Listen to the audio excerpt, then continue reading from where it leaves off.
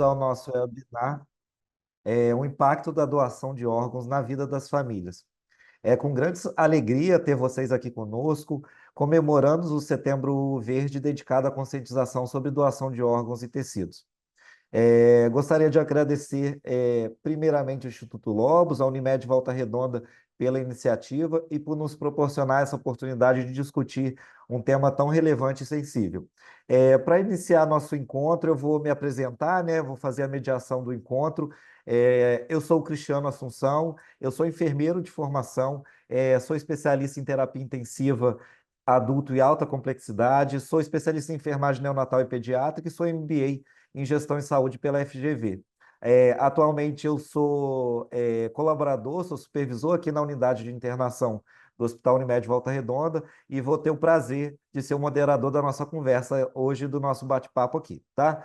Primeiramente, eu vou fazer uma breve apresentação de boas-vindas aqui do nosso hospital. Eu vou compartilhar aqui com vocês a apresentação rapidamente.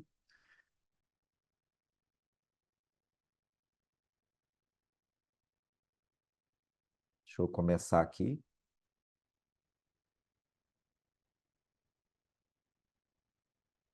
Eu acho que ela foi para o final, né, gente? Desculpe aí. Então, nosso webinar, o impacto da doação de órgãos na vida das famílias. Aqui é uma breve apresentação do nosso hospital. A Unimed teve a fundação dela em setembro de 89.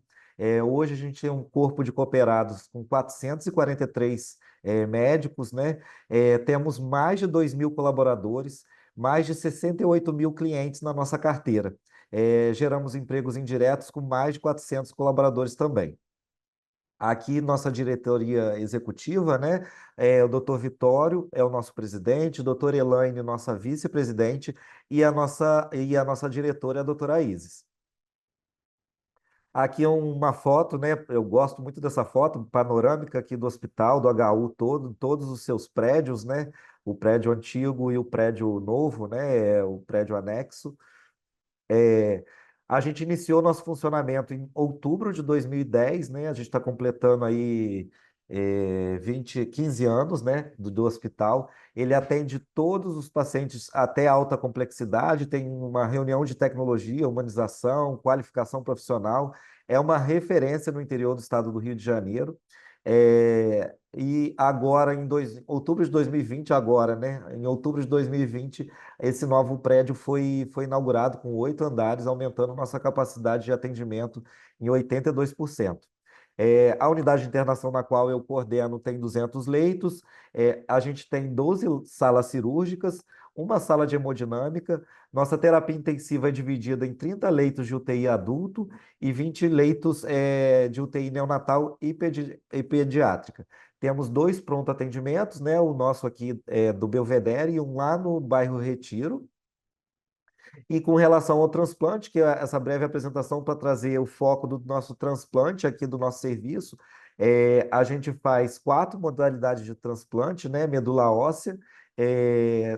A medula óssea a gente já faz há algum tempo, estamos completando 12 anos. A gente faz todos os tipos de TMO, autólogo, alogênico e o haploidêntico, e inicialmente agora os de tecido, fígado e rim.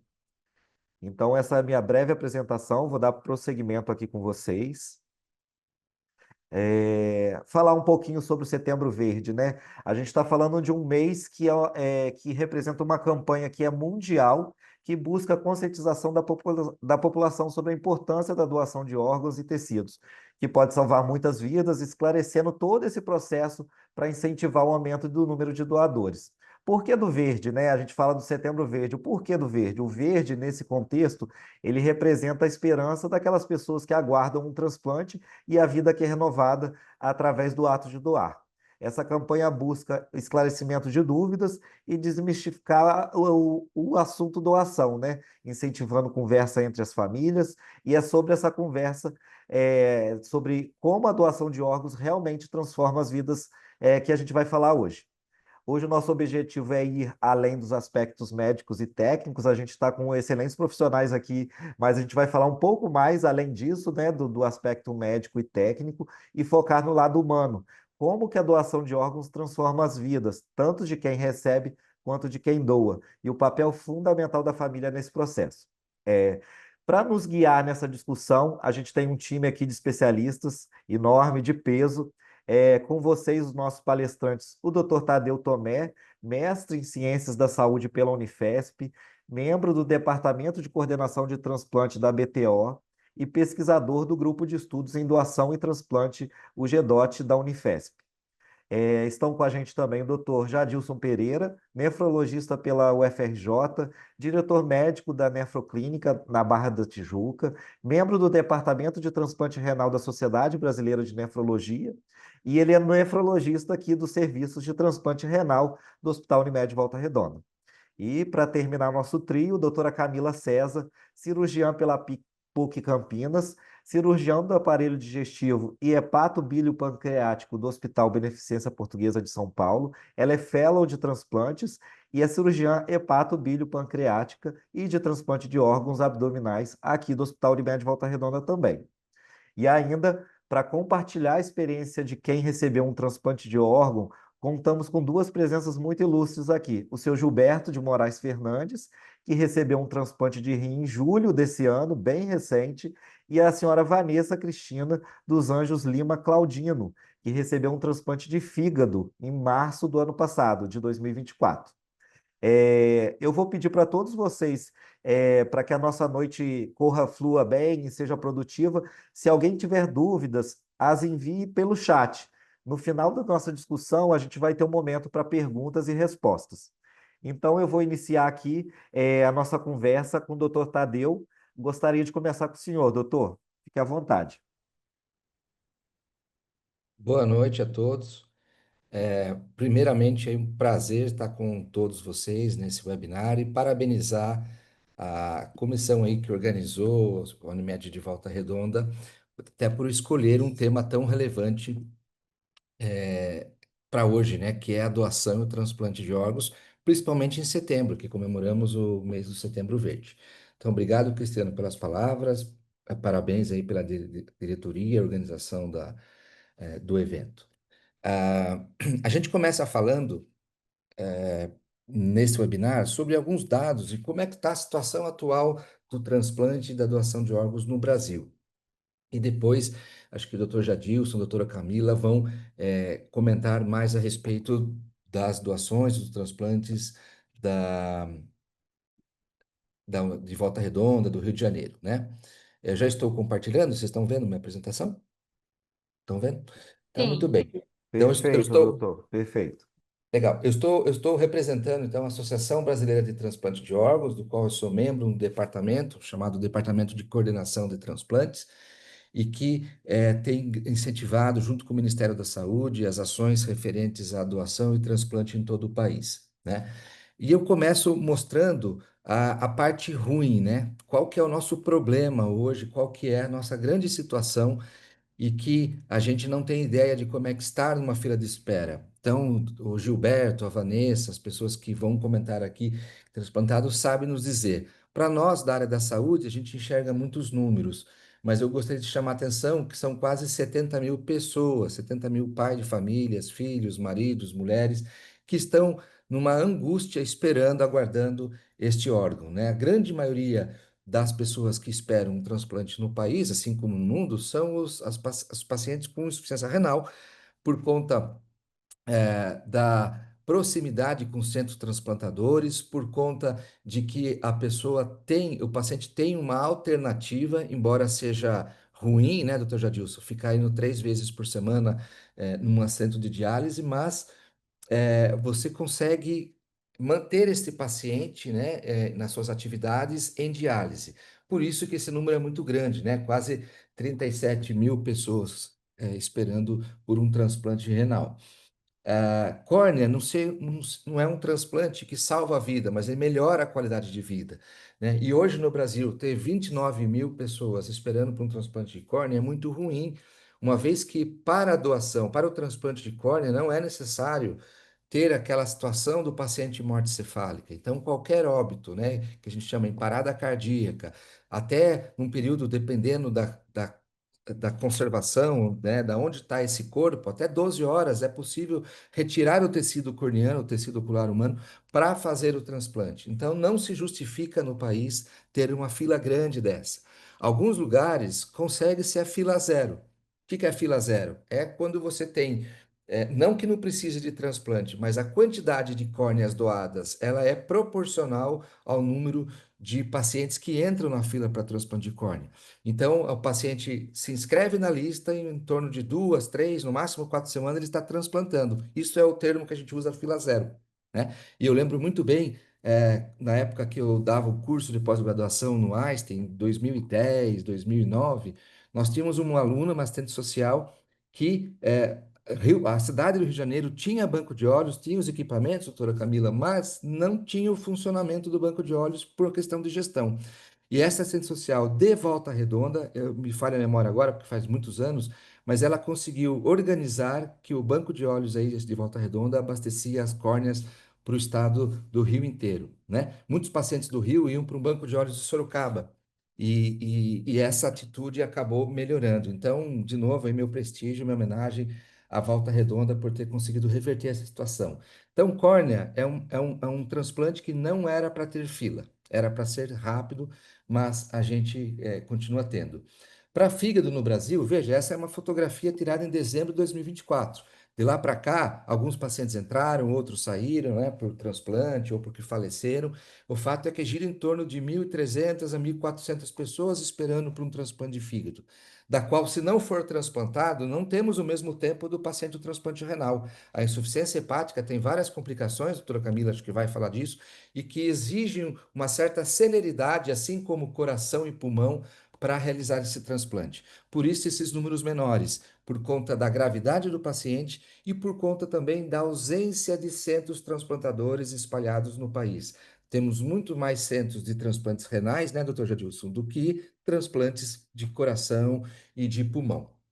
Então, esse é o grande cenário que nós temos. E o número de transplantes no Brasil vem crescendo ano após ano. Se a gente olhar esse gráfico aqui, a gente pode, deixa eu só pôr um laser aqui para eu mostrar. Se a gente olhar esse gráfico aqui, a gente vê que até 2019 tinha um crescimento vegetativo de 4 a 6%, 5% ao ano, por conta do aumento das doações de órgãos, das doações intervivos, os transplantes foram aumentando.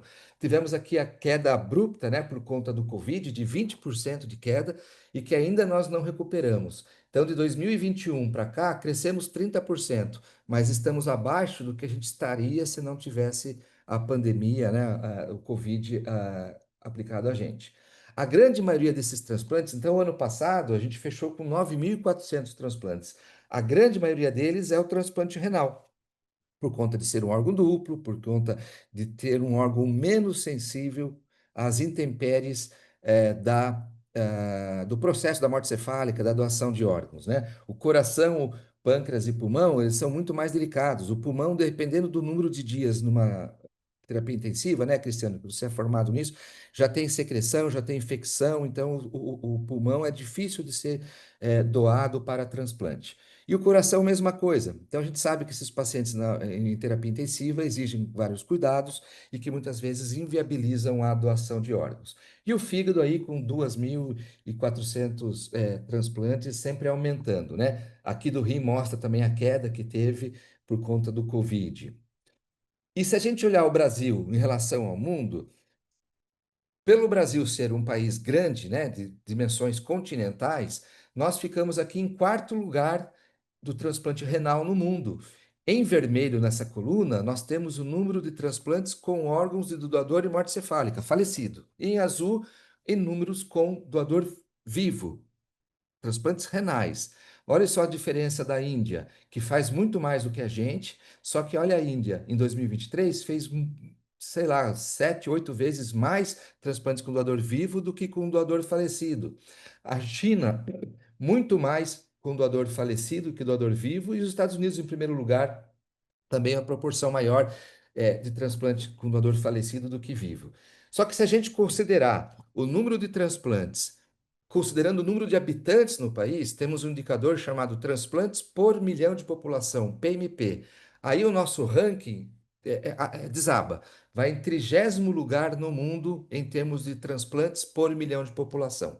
Mas em número absoluto, a gente tem um volume grande porque o Brasil é um país muito grande, né? A mesma coisa, a situação para o transplante de fígado, é muito parecido ao racional.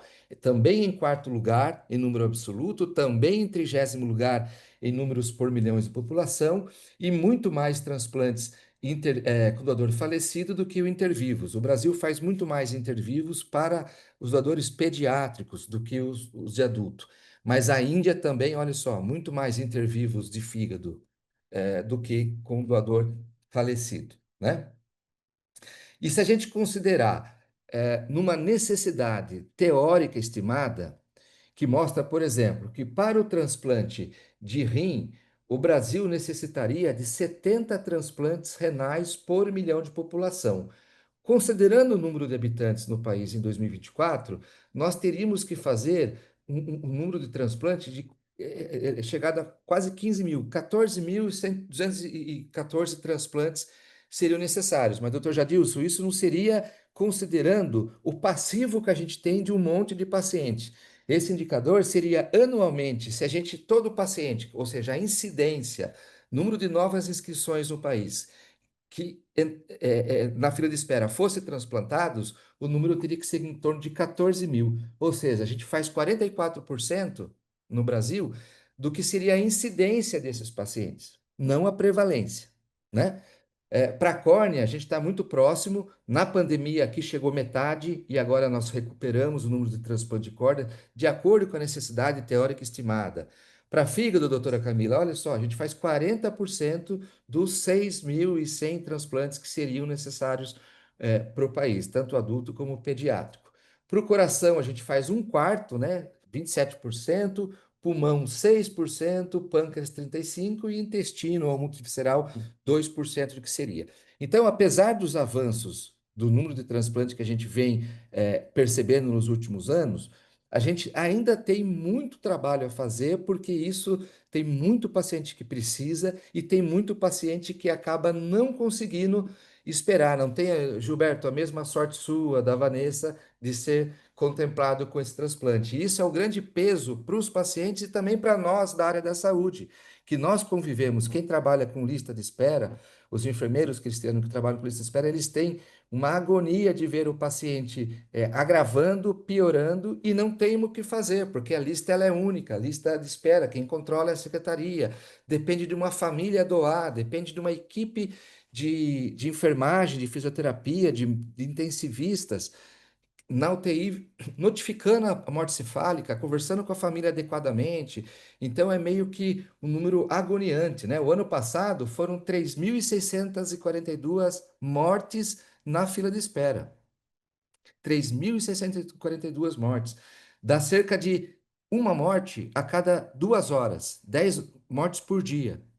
E desse total, 93 ainda eram crianças, só para aumentar a nossa agonia, né? Então, olha aqui, 2021, a gente teve 4 mil óbitos, mas por conta do reflexo de 2020, que pararam as doações, pararam os transplantes, então os pacientes, todos que seriam transplantados não foram por conta da pandemia, e aumentou para 4 mil óbitos aqui em 2021. Mas 2024 a gente teve, mesmo assim, um número muito grande e que surpreendeu a todos nós, né?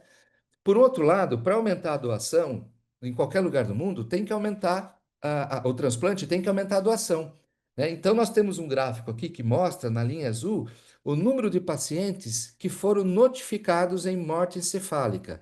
Tiveram lá, estava em Glasgow 3, a equipe da UTI notificou uma OPA, uma central, foi feito o teste de morte cefálica, os dois testes clínicos, o teste gráfico e confirmou. E esse óbito, esse número de notificações tem aumentado. Teve uma leve queda aqui em 2021 por conta da pandemia, mas nós subimos e o ano passado foram 15.090 notificações de morte cefálica. Olha, começamos em 98 com 2.000 notificações. E aí a gente não entende que morreram mais pessoas, porque as mortes encefálicas elas existem. A grande maioria delas são por conta de situações clínicas, né? O derrame, acidente vascular cerebral isquêmico, hemorrágico, né? O trauma. está em segunda causa, menos do que 40%. A grande maioria são os eventos clínicos. E eles sempre existiram, ainda mais com o aumento de hipertensão, de diabetes.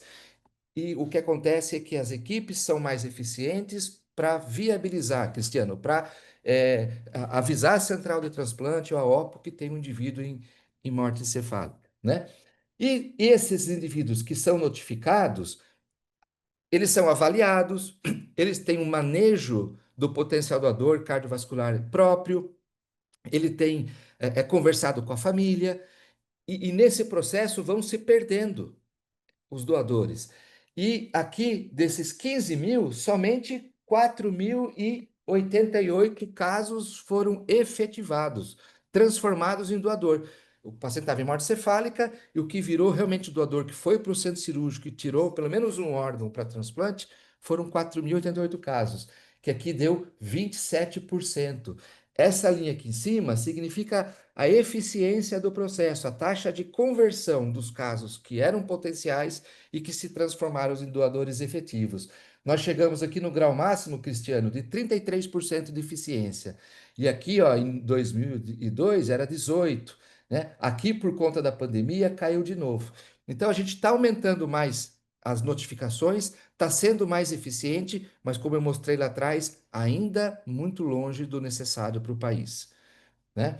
E aqui, se a gente olhar do ano passado, por que que não houve a doação? Por que que perdeu aquele gap entre um e outro? Olha, de 15 mil, 4.088 viraram doadores efetivos, 11 mil perderam. Por que que eles perderam?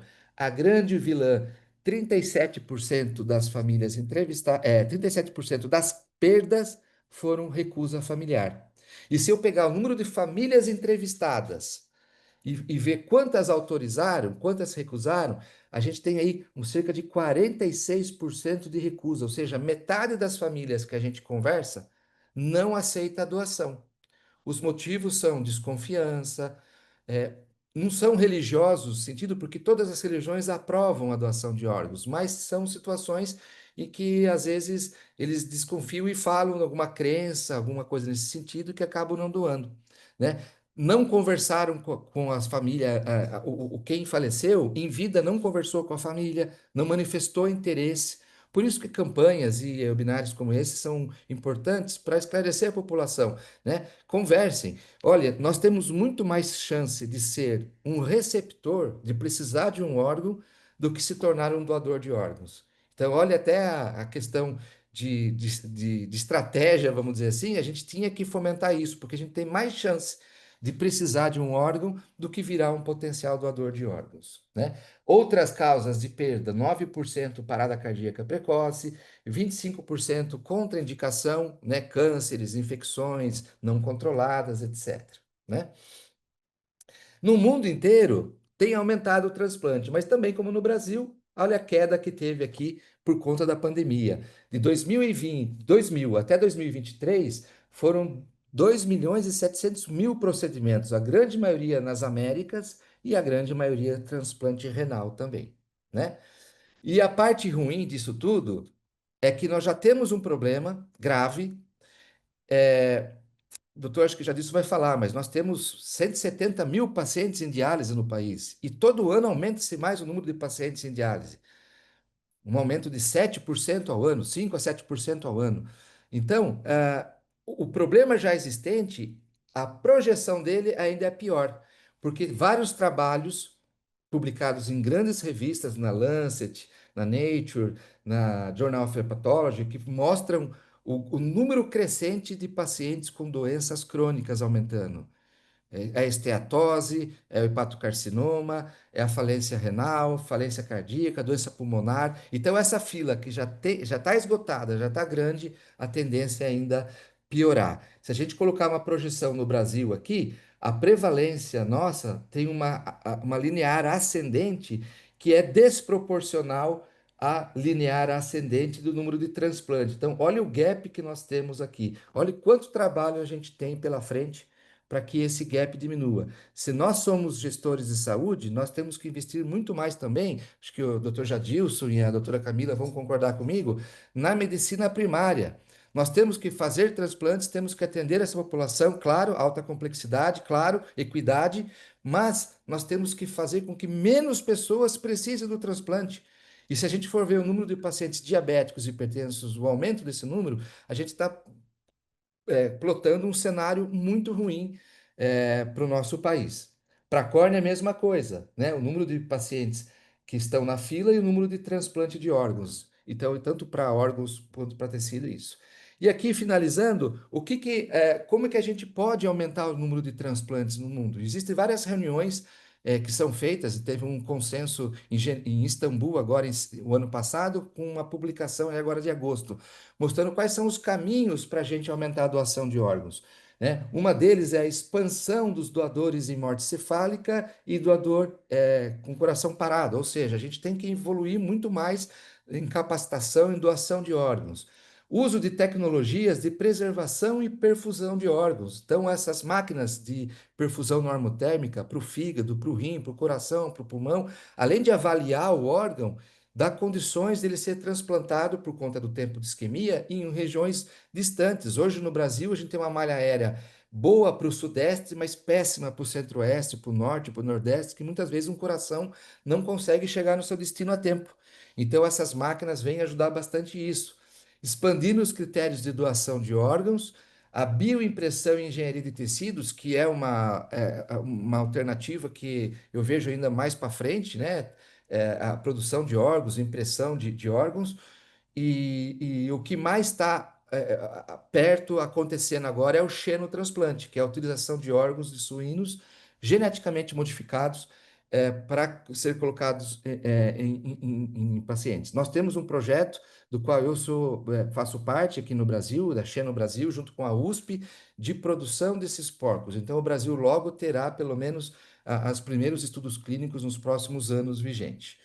E eu gostaria de finalizar com o livro do nosso chefe, nosso mentor, que é o professor Silvano Raia, que foi o primeiro cirurgião que fez o intervívus de fígado da literatura em 88. Ele lançou um livro agora recentemente chamado O Impossível é Apenas o Começo.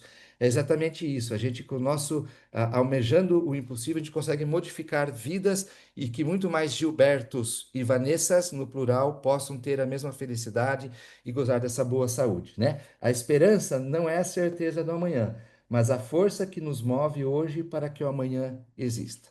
Então, com isso, eu encerro, agradeço e parabenizando vocês pelo evento. Bem, obrigado, doutor Tadeu. Brilhante apresentação. É legal ver quanto que o sistema de saúde precisa fluir completo, né? A gente pensa muito nesse lugar hospitalocêntrico, né? Do hospital, alta complexidade. Se eu citar a PS, né? É impressionante como o serviço todo precisa fluir. Brilhante apresentação, muito obrigado. Eu vou prosseguir com o doutor Jadilson. Vou abrir a apresentação para o doutor Jadilson. Tá. Boa noite aí, mais uma vez, obrigado pelo convite. Prazer aí estar participando. Deixa eu compartilhar aqui minha tela. Só me dá um ok aí se der tudo certo. Só um minuto.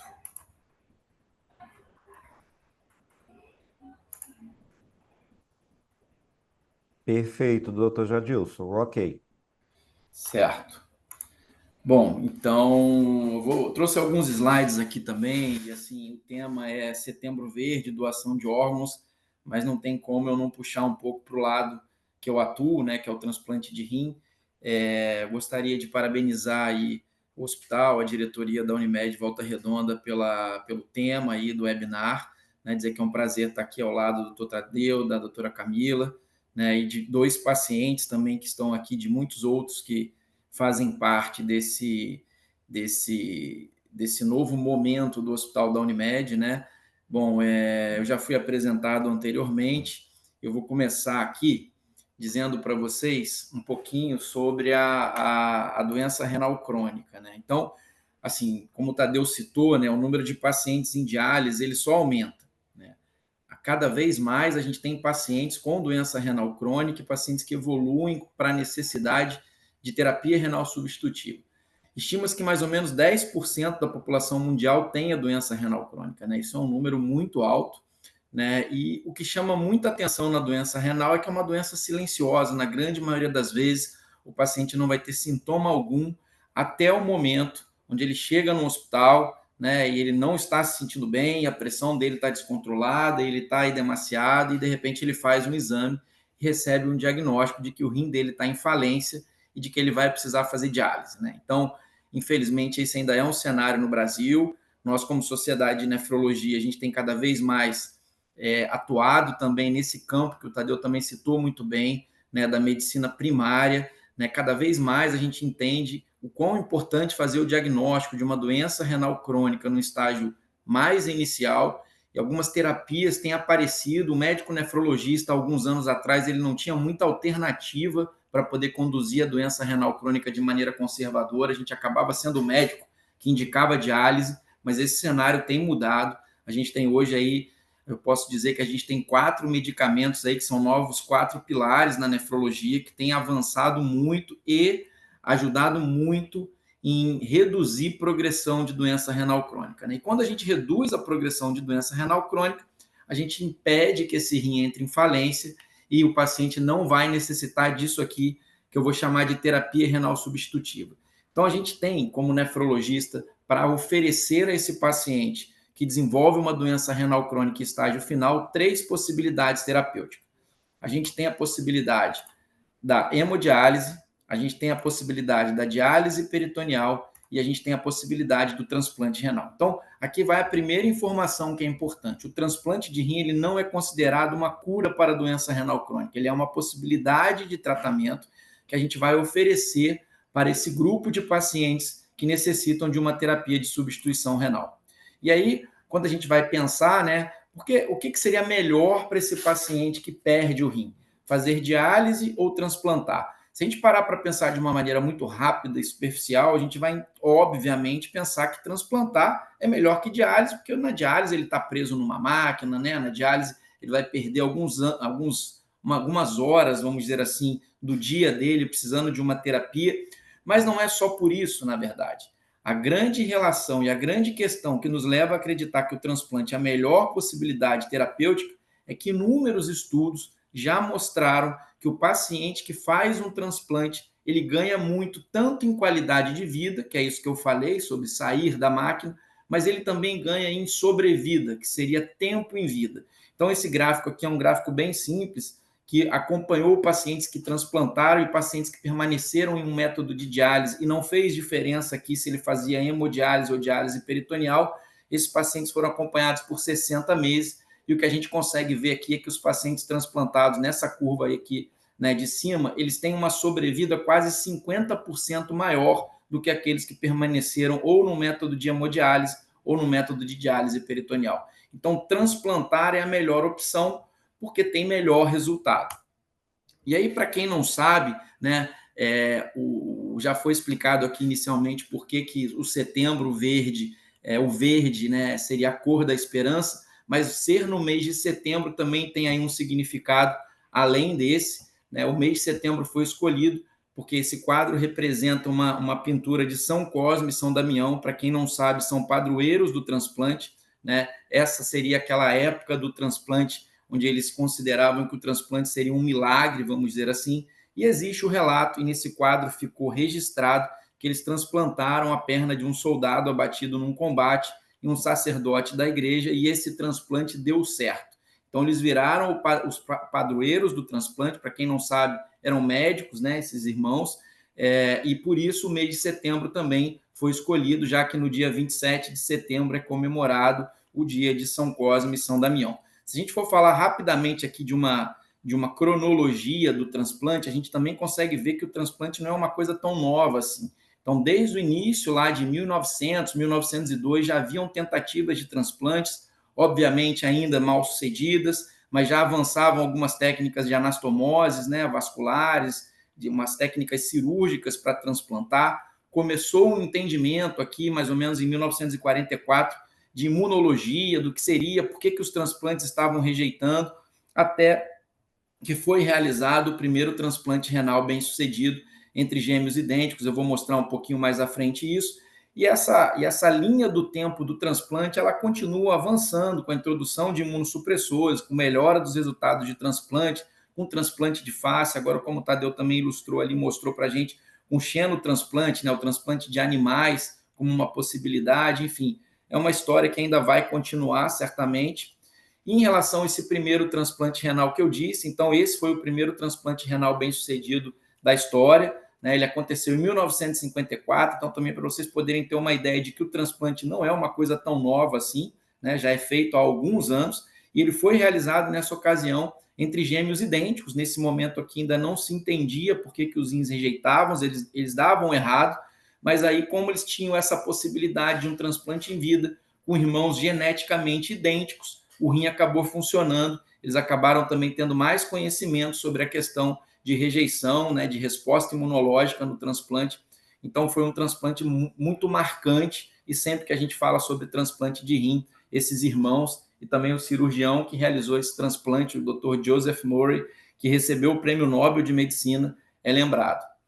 E aí eu vou trazer alguns dados aqui para ficar de fácil entendimento, né? Quando a gente fala em transplante, o que é transplante? Transplante é definição, por definição, seria a retirada do que a gente chama de enxerto, que pode ser célula, tecido ou órgão de um indivíduo, e sua inserção ou no mesmo indivíduo ou em um outro indivíduo.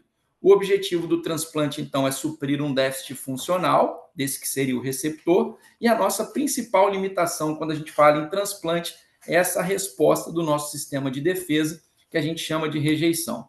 O transplante ele pode ser classificado de acordo com a origem do enxerto, e aí a gente tem basicamente aqui essas modalidades, que seriam o autotransplante, o indivíduo doando para ele mesmo, o isotransplante, né, que seriam indivíduos geneticamente idênticos, doando entre si, o alotransplante, que é o transplante mais comum que a gente fala, que são indivíduos da mesma espécie, mas geneticamente distintos, e o xenotransplante, né, que seriam indivíduos de espécies diferentes.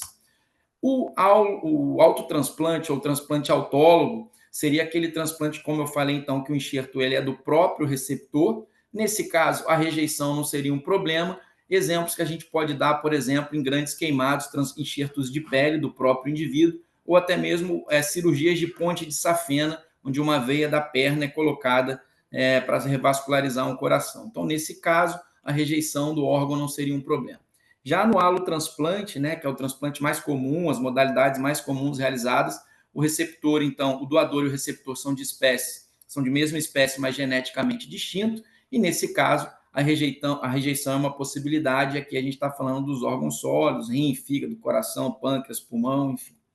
E o xenotransplante, né, que a gente já tem relatos, né, de transplantes que aconteceram efetivamente, né, quem comanda o estudo principal no mundo hoje de xenotransplante é o Dr. Leonardo Riella, que é um brasileiro, é muito orgulho, né, para nós brasileiros, nefrologistas, ter um nefrologista brasileiro que comanda isso hoje no mundo, né, ele está atualmente nos Estados Unidos, atuando nos Estados Unidos, mas é ele que comanda isso, ele já realizou efetivamente 2 ou 3 transplantes, né, utilizando rins de porcos geneticamente modificados, né? É uma tecnologia aí emergente, é uma tentativa de minimizar essa escassez de órgãos aí, que foi muito bem relatada também pelo Tadeu, mas a gente tem que entender que também questões éticas estão envolvidas, né? Existem outras situações, não é uma realidade tão imediata, mas eu acho que sim, é um futuro bem próximo, e já tivemos exemplo, por exemplo, de fígado de macaco babuíno também, e esse rim suíno sendo implantado em seres humanos. Os transplantes eles podem também ser classificados pela localização onde ele vai ser colocado, né? Onde o enxerto vai ser implantado. A gente divide em transplante ortotópico, quando a gente retira o órgão doente e coloca um órgão sadio no mesmo local, por exemplo, no caso do fígado, do coração. Já o transplante de rim, e aí às vezes pouca gente sabe disso, né? É um transplante que a gente considera heterotópico. O rim ele é colocado numa região anatomicamente diferente daqueles rins doentes. Então, normalmente o rim doente fica lá no paciente, ele não causa muito problema, são poucos casos em que a gente precisa retirar o rim doente, e o enxerto é colocado nessa região aqui, que a gente chama de fossa ilíaca, porque aqui a técnica cirúrgica é mais fácil, fica mais fácil para o cirurgião, a cirurgia se torna mais rápida, e a técnica cirúrgica foi desenvolvida para que o rim seja colocado nessa posição. O Tadeu já trouxe muitos dados aí, né? mas eu trouxe um dado aqui que é muito alarmante, o número chama muito a nossa atenção, né? Então, no final de 2024, em dezembro, a gente tinha mais de 36 mil pacientes esperando por um rim e tinha realizado efetivamente apenas 6.297 transplantes, né? O que mostra realmente que a gente precisa avançar muito na realização de transplantes renais, principalmente. É aquela modalidade, como também foi muito bem mostrado anteriormente, onde a gente tem mais pacientes e, obviamente, isso acontece por mérito da diálise, né? Eu, como nefrologista, de maneira nenhuma eu ofereço um transplante tentando livrar um paciente de fazer hemodiálise. A diálise é minha aliada, eu indico diálise, eu sou responsável técnico por uma clínica de diálise e eu também faço transplante, porque o transplante é a melhor opção terapêutica. Mas a diálise mantém esses pacientes vivos. Uma coisa que é até interessante dizer, que eu devia ter falado lá atrás, quando eu falei sobre sobrevida, é que aquele estudo que comparou, né, os pacientes que transplantaram tendo sobrevivido até 50% mais do que aqueles que permaneceram no método de diálise, é importante dizer que esse estudo ele é realizado e comparado com pacientes que estão ativos na lista de transplante, ou seja, são pacientes em condições clínicas de transplantar, comparados com pacientes que transplantaram. Porque se a gente também fizer uma comparação com todos os pacientes que estão em diálise, obviamente tem muitos pacientes que têm critérios de exclusão para transplante e seria injusto a gente comparar. A gente compara a sobrevida de transplante com aqueles que estão em diálise e estão aptos a transplantar. Então, o transplante realmente é muito efetivo e ele deve ser sempre incentivado. A gente tem vou dizer três modalidades de transplante, mas na verdade são duas, sendo que uma delas tem um adendo aqui que eu vou fazer. Então, o transplante renal ele pode ser feito com aquele doador falecido, que é aquele doador que teve o diagnóstico de morte encefálica. É muito importante a gente frisar que morte encefálica é um diagnóstico irreversível. Não existe o paciente ter o diagnóstico de morte encefálica e ele estar vivo, né? Esse diagnóstico ele é confirmado por alguns testes. É impossível ter um teste errado nesse caso. E como o Tadeu falou também, é a família que vai decidir se esse paciente vai ser doador ou não. Então, não adianta ter um documento, não adianta estar na carteira, não adianta o paciente, né, a sociedade conversar, falar, expressar a sua vontade, para que no momento, né, de maior dor, talvez, daquela família, eles lembrem que era a vontade daquele indivíduo e ele vire efetivamente um doador de órgão. E também tem a possibilidade do doador vivo, onde a gente tem o doador vivo que a gente diz relacionado, que seria aquele parente, ou um não relacionado direto, que seria um doador não aparentado. E aí tem aqui também essa possibilidade que seria um transplante pré-emptivo, que a gente diz, né? Desculpe. O que seria o transplante pré-emptivo? O transplante pré-emptivo é aquele realizado antes da possibilidade, antes da necessidade do paciente entrar no método de diálise. Então, mais uma vez, né, a linha de cuidado na doença renal crônica, ela acontece até ali muito próximo da necessidade de uma terapia renal substitutiva, e caso o paciente, por exemplo, tenha um doador vivo, ele pode ser preparado, pode testar, se ele for compatível, ele pode realizar um transplante antes mesmo de entrar em diálise. Isso é o que a gente chama de transplante pré-emptivo. A lei no Brasil permite que o transplante pré-emptivo renal seja realizado nos pacientes que têm doador vivo ou em crianças, indivíduos com menos de 18 anos, que podem entrar na lista, mesmo não estando no método de diálise, ou também em pacientes diabéticos que têm um clearance menor que 10. Então, é uma modalidade normalmente realizada em adultos, naqueles que têm a possibilidade de um doador vivo. Isso aqui foi uma das figuras que a BTO, né, utilizou numa das campanhas em relação à doação de órgão. Eu acho que é uma figura que eles foram muito felizes em ilustrar, né, que você pode até doar, né, ajudar, né, ou salvar até 7 vidas quando você decide ser doador de órgãos. Então, essa figura eu achei que ficou muito interessante, eu trouxe para vocês. E aqui seria o caminho do paciente renal crônico, está numa clínica de diálise até o momento do transplante. O paciente tem que percorrer esse caminho até ele efetivamente realizar o transplante. Então, o paciente está na clínica de diálise, a clínica de diálise não faz transplante normalmente, ela encaminha esse paciente para um centro transplantador, ele passa por uma avaliação criteriosa, clínica e laboratorial, ele é considerado apto ao transplante. Aí ele entra, né, numa lista e fica ativo, aguardando por um órgão. É importante frisar aqui que o órgão, no caso do rim, ele é distribuído, ou seja, ele é alocado por compatibilidade. A gente entende até o momento, pode ser que isso mude daqui a algum tempo, provavelmente ainda esse ano, pode ser que a gente tenha alguma mudança nessa alocação, mas até agora essa alocação é feita por compatibilidade. Então, o paciente fica aguardando numa lista, não é uma fila, não tem uma ordem ali, né, do primeiro, segundo, terceiro, quarto, e aquela fila anda. Ele fica nesse grupo de pacientes, que é do mesmo grupo sanguíneo dele. Quando sai um órgão, esse órgão é testado e ele é distribuído para o paciente mais compatível àquele doador. Não é o paciente que está há mais tempo na lista, não é o paciente mais velho, não é o paciente que está indo para um segundo transplante. Normalmente, essa distribuição é por compatibilidade. Então, o paciente é o paciente que vai receber o órgão, ele realiza uns testes de compatibilidade, ele vai ao centro transplantador, então, e lá, antes do transplante, ele é avaliado novamente, vê se na condição clínica dele está tudo bem, se não tem nenhuma infecção, enfim. O centro transplantador decide pelos medicamentos que ele precisa fazer para evitar a rejeição, que a gente chama de imunossupressão, e aí, efetivamente, o transplante é realizado. Então, vocês veem que é um percurso longo, né, mas que precisa ser feito, no meu ponto de vista. Todos os pacientes que estão em diálise têm indicação de transplantar, e eu digo que até que se prove o contrário. E quem vai provar o contrário é o centro transplantador. Então, esse paciente tem que ser encaminhado para um centro transplantador. Um paciente que está realizando um método de diálise, numa unidade de diálise, obrigatoriamente, eu diria, tem que ser encaminhado para um centro transplantador para poder ser avaliado.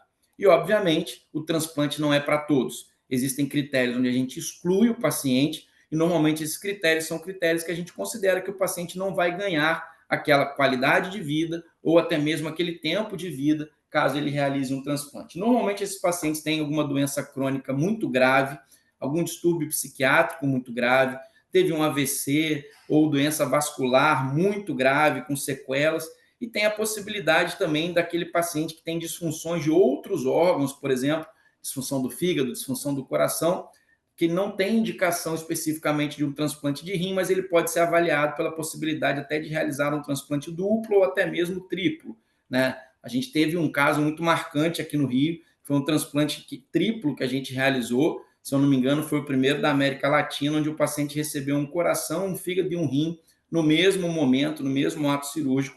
Esse paciente está indo para completar quase 3 anos de transplante e ele vai muito bem nesse momento clinicamente.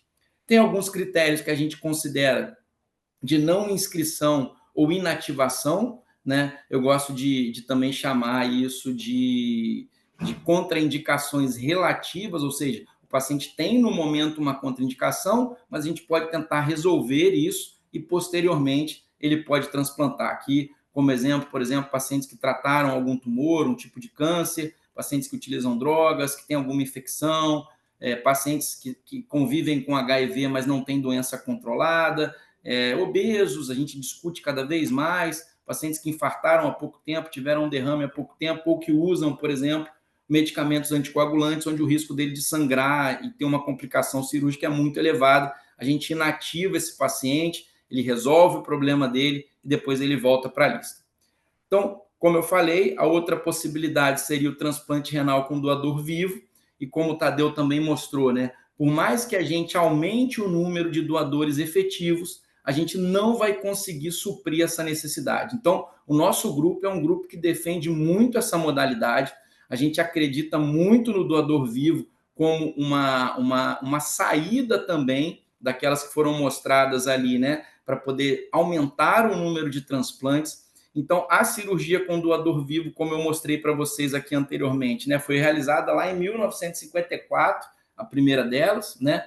Por que a gente acredita, então, que o doador vivo é uma boa opção? Obviamente, porque tem o menor tempo de espera, é uma cirurgia onde a gente programa para que essa cirurgia aconteça, né? Diferente da lista, que você não sabe quando a cirurgia vai acontecer. Existe um menor tempo de isquemia. O tempo de isquemia é o tempo que o órgão fica preservado antes de ser implantado. Então, por exemplo, no Rio de Janeiro, né, um órgão pode ser captado lá em Campos, no norte do estado, e ser implantado aí em Volta Redonda, no sul do estado, né? Esse tempo de isquemia pode chegar a 20, 24 horas. Então, isso gera, às vezes, uma disfunção ali inicial e até mesmo uma função final daquele órgão não tão adequada. Com doador vivo, isso não acontece. Quase que instantaneamente o órgão está sendo retirado e implantado ali no receptor. Obviamente é um órgão de melhor qualidade, porque a gente não aceita, né, doador em vida que tem algum risco de desenvolver um problema, né, como o Tadeu também falou, a gente tem expandido cada vez mais a aceitação de pacientes mais velhos, às vezes pacientes hipertensos, às vezes até pacientes que têm algum grau de disfunção renal para poder fazer essa lista andar, e no caso do doador vivo, não. O paciente ele tem que estar muito saudável, ele tem que preencher critérios ali de segurança para poder doar o rim. A gente tem, às vezes, maior compatibilidade, quando a gente testa principalmente parentes. Obviamente, tendo maior compatibilidade, a gente tem menor risco de rejeição. Isso aqui é uma curva de sobrevida, né? Todos os estudos mostram também, aqui no caso, o doador vivo, ele tem uma melhor sobrevida do que o doador falecido, né? No caso do transplante renal.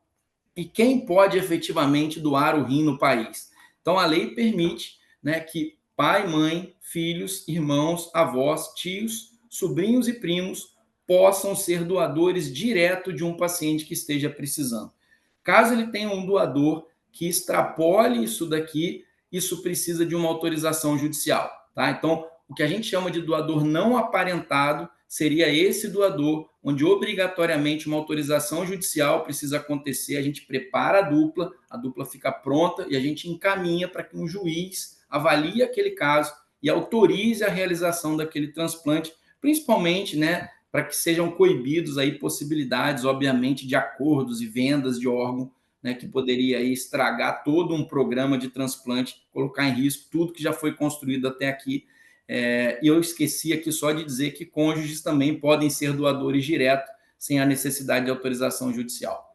A gente exclui doadores, obviamente, que têm risco para desenvolver doença renal crônica, então doar o rim por si só não é um fator de risco para que aquele paciente desenvolva um problema renal, mas pacientes que têm perda de proteína e de sangue na urina, que têm redução da taxa de filtração renal, que têm diabetes, infecções, câncer, que estejam grávidas, que tenham incompatibilidade sanguínea, eles não vão poder, obviamente, ser doadores em vida.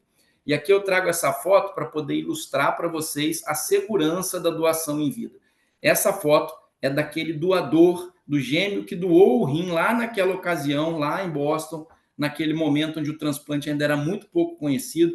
Ele já faleceu, esse paciente, mas ele faleceu de uma causa totalmente natural, vamos dizer assim, né? Foi um idoso que acabou falecendo, não teve nada a ver com a doação, ele faleceu com o rim funcionando. Então, é muito seguro, sim, doar o órgão em vida, desde que você passe por uma avaliação de uma equipe que está preparada, né, de uma equipe cirúrgica que está preparada também a fazer a sua cirurgia. O risco cirúrgico é muito pequeno e a sobrevida a longo prazo, isso aqui é até um dado interessante, mas que a gente precisa interpretar para não ficar confuso, a sobrevida a longo prazo de um doador é até maior, às vezes, do que da população geral.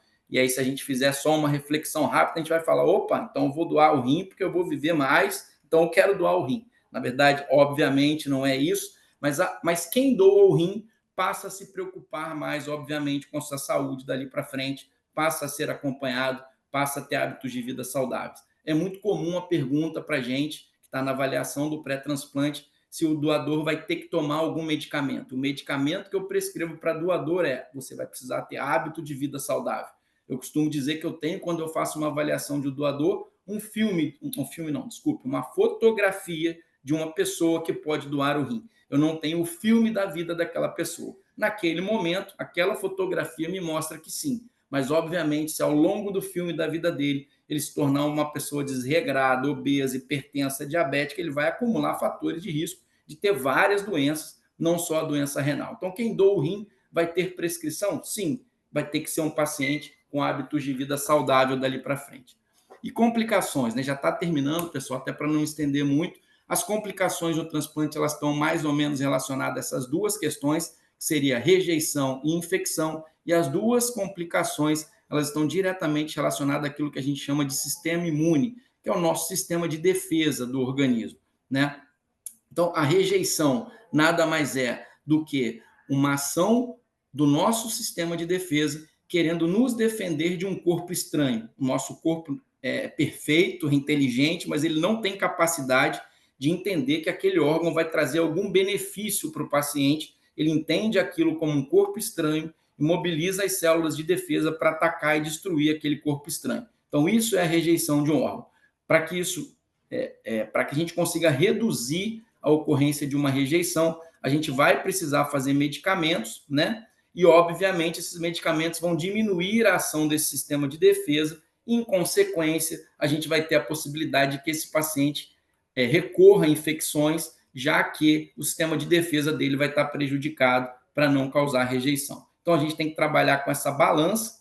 A gente pode reduzir, né, a ocorrência de rejeição avaliando o risco do paciente no pré-transplante. Tem alguns exames que mostram para a gente isso, e escolhendo, obviamente, o melhor esquema de medicamentos que ele vai ter que fazer no caso dele para reduzir essa possibilidade de rejeição. A taxa de rejeição hoje em um serviço com bons resultados, ela é menor do que 10%. E também é importante dizer que ter um episódio de rejeição não significa falência do transplante. A gente tem terapias de resgate que conseguem reverter episódios de rejeição em mais de 80% dos casos. E em relação às infecções, múltiplas infecções podem ocorrer, já que esse sistema de defesa do paciente vai estar muito, muito baixo. Agora, aqui é importante a gente voltar também lá naquela informação inicial. Mesmo com risco de rejeição, mesmo com risco de infecção, quando a gente transplanta, esse paciente sobrevive mais do que aquele que faz algum método de diálise. Existem outras complicações também, do ponto de vista cirúrgico, de doenças cardiovasculares, neoplasias, recorrência da doença inicial renal, mas uma coisa que é importante também dizer é que, na grande maioria das vezes, isso confunde bastante, é que a principal causa de morte no transplante não é um rim que não funciona. O rim que não funciona, normalmente o paciente retoma um método de diálise e volta para a vida dele como era antes da realização do transplante. As principais causas, então, de morte no pós-transplante vão estar relacionadas a infecções e a doenças cardiovasculares. Rapidamente, trazendo aqui o cenário do Rio de Janeiro, a gente tem o Programa Estadual de Transplante aqui no Rio de Janeiro, que melhorou muito nos últimos anos. A gente tem que parabenizar esse programa. Esse gráfico aqui mostra, né, nos últimos anos aí de 2022 para cá, a meta anual deles em relação a doadores por milhão de população e o que eles realmente conseguiram. Então, vocês veem que em 2022 eles chegaram junto à meta, em 2023 eles superaram, 2024 bateram novamente, e a meta que sobe em 2025 e vai subindo consequentemente também no objetivo de tentar suprir aquela necessidade que já foi dita anteriormente. Aqui das modalidades de transplante, então comparando Brasil, Sudeste e Rio de Janeiro, a gente vê aqui que o Rio de Janeiro, né, por exemplo, no rim vem melhorando bastante. Aqui teve a questão do Covid também, como já foi mostrado, né? O doador vivo, a gente vê que é feito muito menos do que o doador falecido. O transplante de fígado no Rio de Janeiro, e aqui parabenizar a equipe do doutor Eduardo Fernandes, representada aqui pela doutora Camila, né, que mudaram totalmente o cenário no Rio de Janeiro. O Rio de Janeiro hoje é, sem dúvida nenhuma, o maior programa de fígado no país, e muito em consequência a essa equipe, que hoje também atende no Hospital da Unimed, e aqui também alguns dados do transplante de córnea. E a gente, né, como é que a gente está aí no hospital? Então, o nosso programa aí tem pouco mais de um ano, né, e a gente hoje já tem realizados 14 transplantes de rim, sendo 3 de falecido e 11 de doador vivo, 17 transplantes de fígado, sendo 17 falecidos e 1 de vivo. Tivemos também aí 4 músculos esqueléticos e, como já foi dito anteriormente, medula já é feito desde 2012 e já tem 126 transplantes realizados. Bom, finalizo aqui, agradeço mais uma vez a oportunidade, deixo aqui as minhas redes sociais aí para quem quiser seguir. De vez em quando a gente passa muita informação lá, né? A gente tem esse grupo aqui que é chamado JPTX Serviços Médicos, né? É um grupo de nefrologistas que atua tanto aqui no Rio de Janeiro quanto agora também em Volta Redonda, e também aqui o grupo Nefroclínica, que também é um parceiro do Hospital Unimed, né? A gente também tem a unidade de nefrologia aí, que oferece tanto hemodiálise como diálise peritoneal para os pacientes dessa região. Então, mais uma vez aí, muito obrigado, e era isso que eu tinha para dizer para vocês.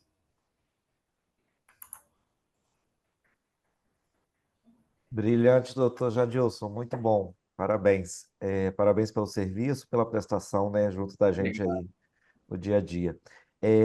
A gente vai prosseguir nossa apresentação com a doutora Camila. Fique à vontade, doutora. Bem-vinda. Oi, gente, boa noite. Primeiro, eu queria agradecer também a minha participação. como os outros médicos que vieram antes de mim, o Cristiano já falaram, acho que é muito importante a gente ter essa palestra, esclarecer, porque o único jeito de a gente conseguir aumentar o número de transplantes é aumentando o número de doadores, e para isso a gente precisa conscientizar o maior número de pessoas para que a gente consiga dar uma revertida, uma melhorada nesse cenário que a gente se encontra atualmente. Bom, serei um pouco sucinta, eu vou falar um pouco sobre captação, sobre o transplante, mas sobre a parte cirúrgica também, para a gente ter uma ideia de como acontece todo o processo. Vejam aí se está ok. Estão conseguindo ver minha apresentação? Perfeito, doutora. Ótimo. Ok. Bom, eu ia falar um pouquinho, isso daqui é da BTO, do começo do ano, né, de janeiro a junho, o número de transplantes, então a gente vê aí, vou falar mais dos nossos, né, rim, a gente vê um total de 3.236 e fígado 1.253. Aí falar um pouquinho da nossa equipe com relação ao fígado. A gente fez 88 transplantes de janeiro a junho desse ano. 2024 a gente fez 203, 2023 215. Então, assim, como inclusive o Jadilson já falou, a gente é uma equipe que faz bastante transplante.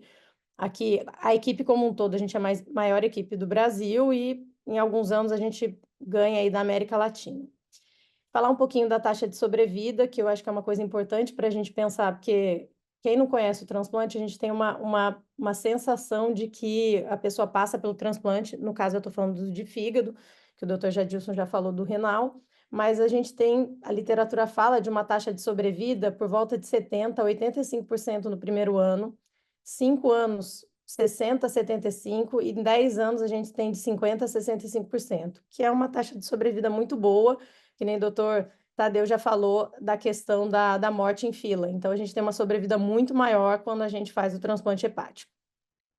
Como o doutor Jadilson já comentou, eu ia falar dos primeiros transplantes, então a gente não tinha imunossupressão, então tem relatos na literatura que em 1950 teve um primeiro transplante de doador cadáver, que o paciente sobreviveu por 53 dias, porque não tinha a questão da imunossupressão. Aí esse transplante dos irmãos idênticos, e Thomas Strauss foi o primeiro a falar da imunossupressão no fim dos anos 50 e realizou seu primeiro transplante hepático com sucesso em 67. Os órgãos que são possivelmente doados, a gente tem fígado, coração, pulmão, pâncreas, rim, córnea, tecidos, medula. Tem estudos de útero, né? Tem alguns lugares que já fazem alguns transplantes de útero e o multivisceral. Agora falando um pouco sobre a captação e como acontece o processo, né? A gente seleciona o doador falecido, principalmente relacionado a características físicas, exames laboratoriais, tempo de internação do doador, estabilidade hemodinâmica, a questão da hipernatremia e tempo de isquemia, que tem a ver com essa questão de logística, de tempo que a gente consegue transportar o órgão para ele ser viável de transporte. Com relação ao fígado, a gente tem um tempo bastante favorável, então a gente consegue captar fígados nos mais diversos lugares. Aqui a gente tem o carro do PET, né, que é o carro que transporta quando a gente está aqui na região do Rio de Janeiro e próximo. A gente às vezes vai de helicóptero para minimizar, ou volta de helicóptero para minimizar o tempo de isquemia. A FAB também é bem parceira nossa, então por vezes a gente vai captar para conseguir voltar com um pouco mais de tempo quando não temos disponibilidade da malha viária, que quando a gente não consegue por voo comercial, né? Porque às vezes o tempo de isquemia vai ultrapassar, a gente tem auxílio da FAB também. E essa logística ela é montada com apoio do Ministério da Saúde, com as secretarias municipais e estaduais da saúde, as OPOS e CIDOTs, que são os regionais que a gente tem em cada hospital, em cada região, para organizar essa logística e tornar possível a captação dos órgãos. Falando um pouquinho da cirurgia, me pediram para colocar imagens, não colocar muitas fotos cirúrgicas, então eu mostro aqui, a gente faz uma incisão no doador, desde lá de cima do pescoço até lá embaixo, para a gente conseguir expor todos os órgãos.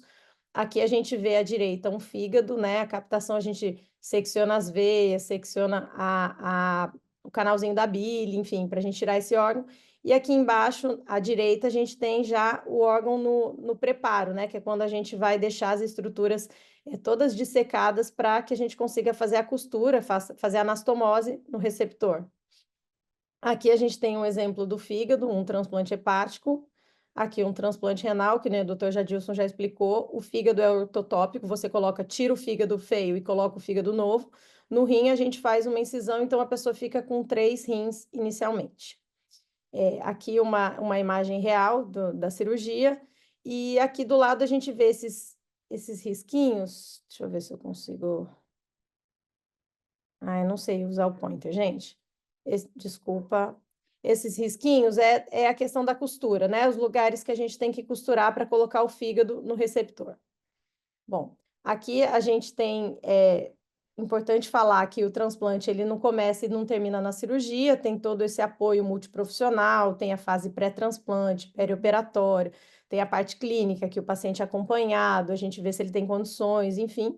E depois da cirurgia, o objetivo é que o paciente retorne à sua vida funcional. Então, a gente vê aqui um paciente transplantado hepático com uma barriga né, que é ascítica bem grande, depois da cirurgia a gente vê que a gente tirou todo esse líquido e a ideia é que isso não volte a produzir, ele vai voltando para a vida dele.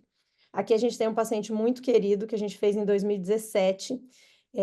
Eu tinha acabado de chegar aqui no Rio de Janeiro, eu sou paulista, e ele era um paciente muito doente, né? Que tinha assim, uma condição clínica bem desfavorável. Ele era um paciente bastante ascítico, bastante ictérico, e depois do transplante a gente tem foto, ele me enviou, inclusive, da vida dele pós.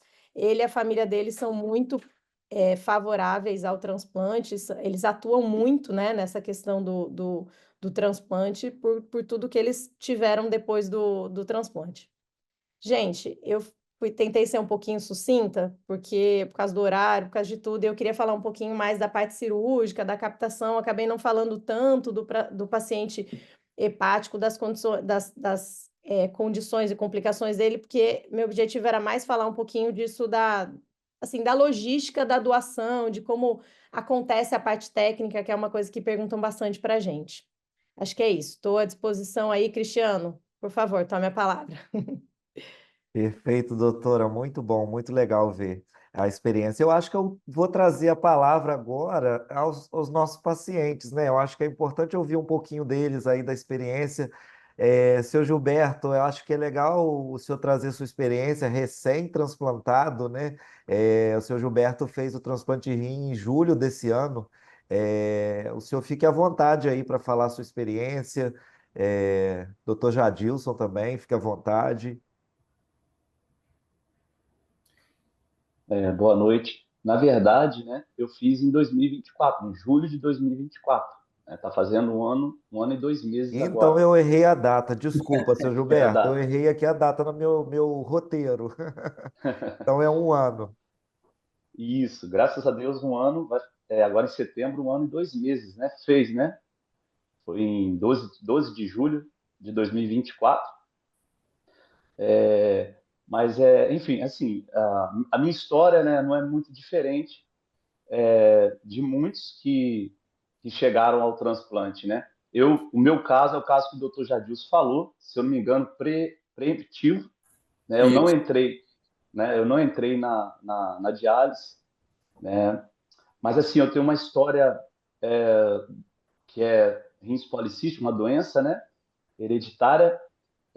A gente descobriu por causa do meu pai, né? Meu pai faleceu e ele tinha problemas cardíacos também, mas o problema de rim e não sabia. Até então também, naquela época, ele não sabia. E quando ele faleceu, o médico já tinha falado para ele que ele entraria na diálise. Só que ele teve um infarto fulminante, estava no hospital, né, se recuperando de um infarto anterior, e quase no dia de sair ele teve um infarto fulminante e faleceu no hospital. E ele falava assim, porque ele já tinha visto alguns amigos naquela época, né? Eu imagino também que, como a gente está falando que a tecnologia vai melhorando, as coisas vão mudando, vão se aperfeiçoando, e ele tinha muito medo de fazer hemodiálise, né? Então ele teve esse infarto fulminante, faleceu, e o médico conversou com a família. Então, há 30 anos atrás, meu pai veio a falecer com 52 anos, muito novo, né? Com 52 anos. E aí a gente começou, então, a cuidar. Eu tinha 20 anos nessa época, né? 21 anos, se não me engano, 21 anos. Eu tenho mais dois irmãos mais velhos, né? que começaram aí assim, aí bom, aí cada um seguiu o seu caminho, né, sabendo da doença. Eu já comecei a me cuidar desde então, aos 33, se eu não me engano, 33, 34 anos, aos 34 anos, eu conheci a doutora Maria Cília, que hoje ela é a responsável pela nefroclínica, né? É isso mesmo, né? Isso mesmo, Ela isso é aí. isso mesmo, né? E só que ela atendia em particular, eu a conheci e ela começou a me ajudar nesse processo, né? Já nesse cuidado, foram 20 anos cuidando nesse processo, me ajudando, até que a gente começou esse tratamento conservador, né? Então, assim, bom, não posso me alongar também muito, né? Que a história é grande. Mas, assim, meu irmão, só para dizer que o meu irmão, todos os meus dois irmãos transplantaram, um transplantou com 40 anos, o outro transplantou com 50, né? O de 40 anos teve a rejeição, foi também preventivo, né? Só que ele já. Não, perdão. O meu irmão fazia hemodiálise, a esposa dele doou para ele, e 5 anos depois ele teve a rejeição, depois teve outra, e acabou retornando para a hemodiálise, mas retornou já muito debilitado e faleceu, né, na hemodiálise. E eu tenho um irmão que hoje tem 8 anos, vai fazer 9 anos que está transplantado e está com 63 anos, né? Então essa história, né, eu venho acompanhando esse processo, né? São dois lados da moeda, né?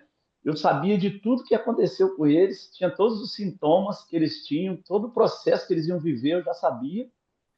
Isso era bom por um lado, porque eu me cuidava, e por outro lado também a angústia, né? Vivi muito tempo angustiado, porque eu sabia que um dia, né? Não sabia quando, mas poderia passar por esse processo. Mas enfim, me cuidei, sempre me cuidei, né? Mas a doença, como ela é progressiva, né? Então ela foi progredindo, e quando foi no final de 2023, né?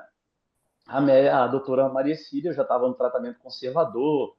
Esses 2 últimos anos antes do transplante não foi muito fácil, né? Não foi muito bom, não era uma vida, não era uma qualidade de vida boa, porque o medo, o receio de comer alguma coisa, de fazer alguma coisa, de ter alguma coisa que me levasse para uma diálise, era muito grande, né? Então, já vivi aí praticamente 2 anos,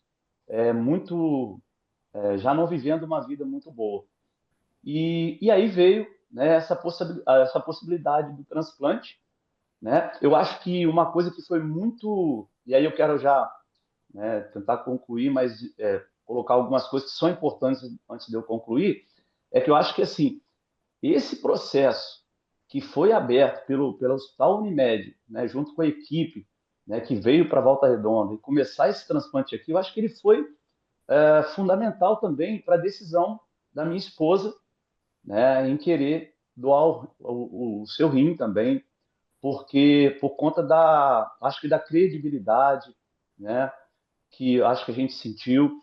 A gente teve os primeiros contatos, né, através da doutora Maria Cília, depois dos médicos nefrologistas, né, doutor Jadilson, doutor Álvaro e o doutor Pedro, né, e aí veio também a conversa, nos deram uma tranquilidade muito grande, mostraram para a gente que isso seria o que o doutor falou, o doutor Jadilson falou, né, a qualidade de vida que eu teria, a possibilidade de ser muito positivo, todo o processo, né? Ter um hospital, né? Como a Unimed aí tem, né? Isso também nos dava uma segurança também muito grande. E isso foi fundamental para a decisão, para a nossa decisão e tudo que aconteceu, né? Então, e aí aconteceu o transplante, graças a Deus foi tudo bem, né? A gente conseguiu vivenciar esse processo em família. Não é fácil, né? A gente tem 2 filhas e temos uma família muito, muito, muito boa que nos apoiou muito, porque ficaria eu e minha esposa, né, em recuperação, então a gente precisava do apoio familiar. Foi falado também sobre isso. Muitas das vezes eu acredito, né, que muitas famílias acabam não fazendo ou tendo muita dificuldade porque às vezes não tem uma família que apoia, né? Às vezes tem familiares que são contra, né? joga para trás, né? Fala, não, isso não vai dar certo e tal.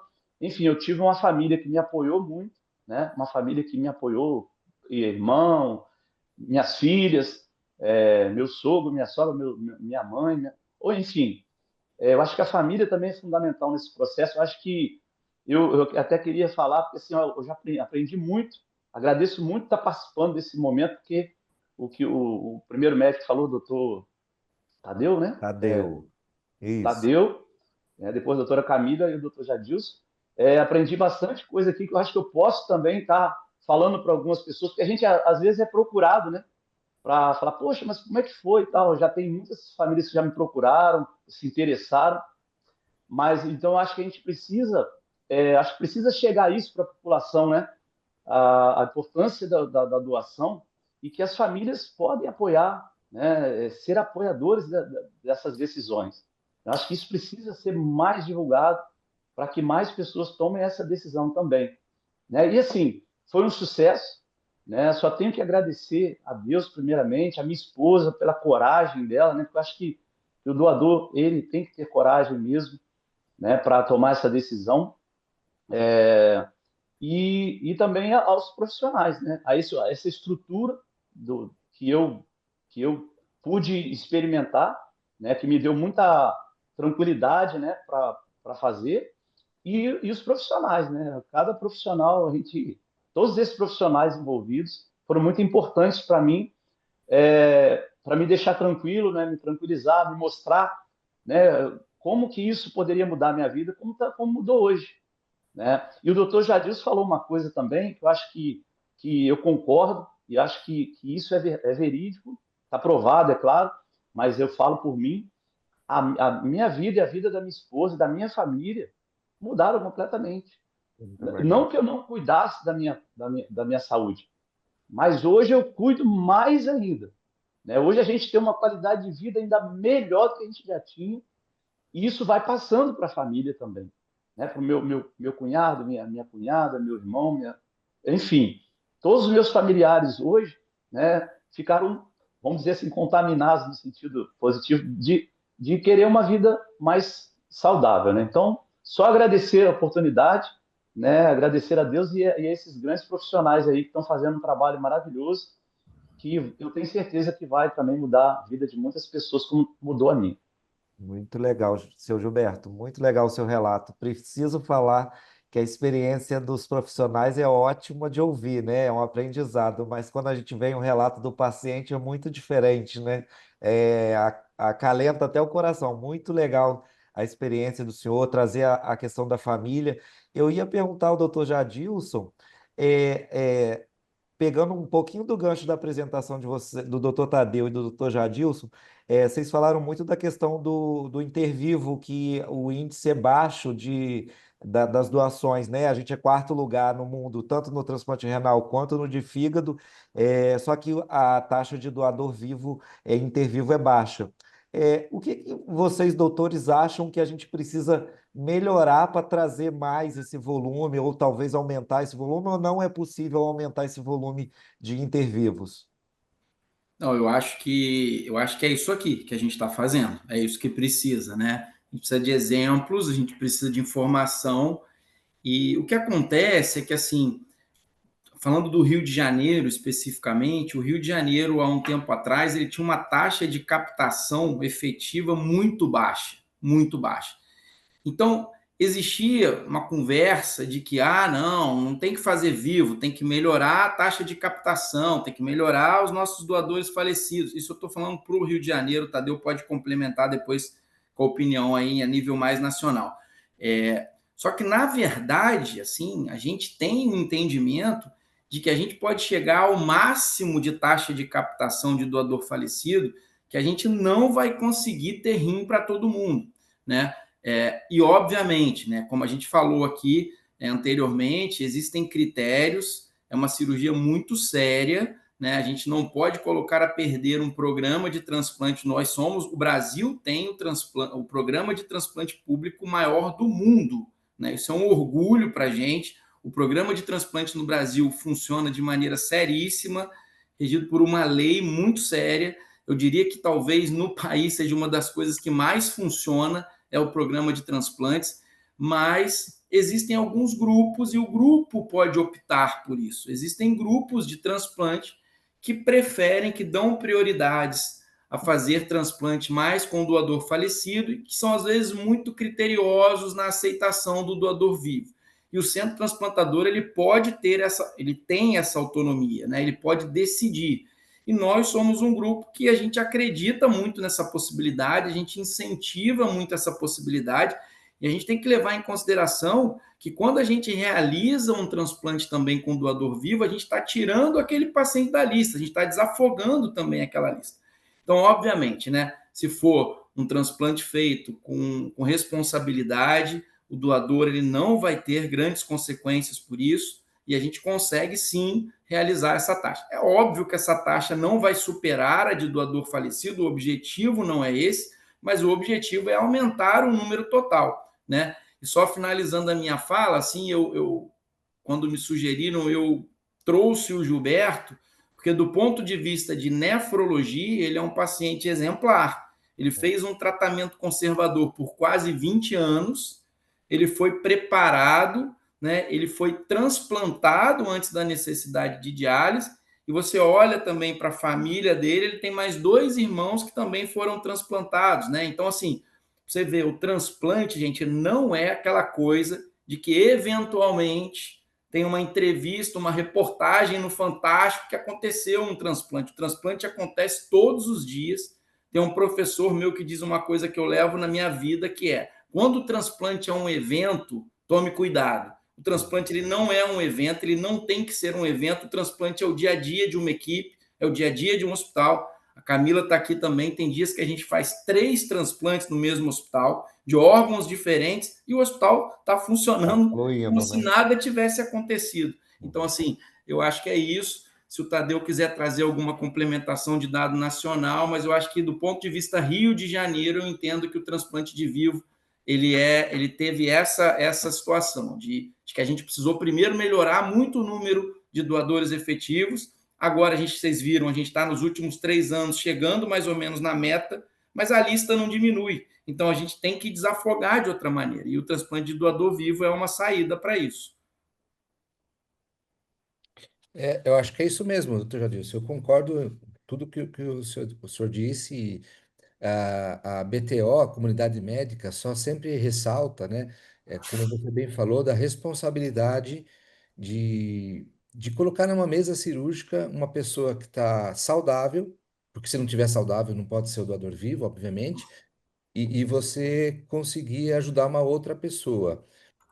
Existem protocolos tanto para o rim quanto para o fígado, ainda mais de pessoas que não são parentes, né? Tem que ter uma autorização, muitas vezes judicial, tem que ter a proteção de um que a gente chama de donor advocate, que é como se fosse um advogado desse doador vivo, no qual não sendo ninguém da equipe médica cirúrgica ou do transplante, vai realmente conversar com esse paciente se ele está apto, do ponto de vista psicológico, de consciência, né? Se ele sabe dos riscos, se ele sabe, que pode acontecer complicações, né? Tem uma taxa de mortalidade muito pequena do que era antigamente. Eu sou de uma época que quando começou o transplante, o doador de fígado, doutora Camila, era um óbito em 100, era 1%, né? E a gente falava, nossa, 1%, tal, mas se for eu, vai ser os 100%, né? Enfim, embora seja baixa, mas hoje a gente já não vê mais isso. Hoje já os protocolos cirúrgicos melhoraram bastante, mas mesmo assim, esta proteção do doador vivo é algo que a gente sempre fica em cima, a BTO e todo o Ministério da Saúde sempre está em cima.